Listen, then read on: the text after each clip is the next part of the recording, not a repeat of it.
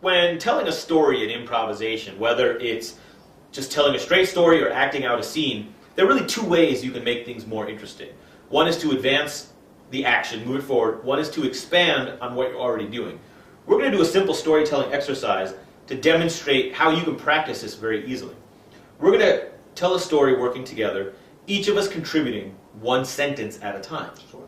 However, after the first sentence, every sentence is going to begin with the phrase, "and not only that," which is going to force us to keep raising the stakes, moving things forward, and increasing the description. Okay. Why don't I start this one? Okay. So, let's see.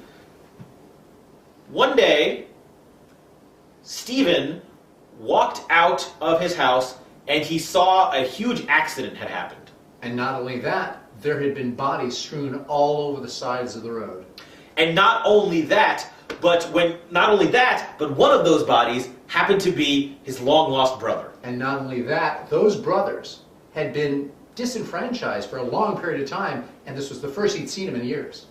And not only that, when he looked at the body, he saw that the brother was clutching a note in his hand. And not only that, that note had been pushed into his hands by another person who had been in the accident.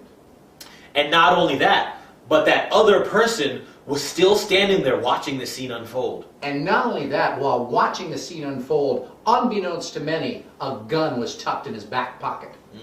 And not only that, but this gun looked very much like the gun that our hero, what's his name, Stephen, had when he was a young boy. And not only that, that gun went off down the man's pants, creating quite a scene.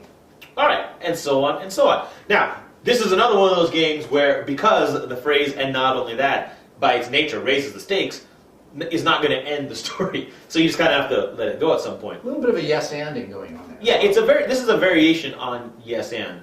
But it's a little more specific because the nature of "and not only that" makes it seem like, oh, something even more. So this is a great exercise, again, another great storytelling exercise.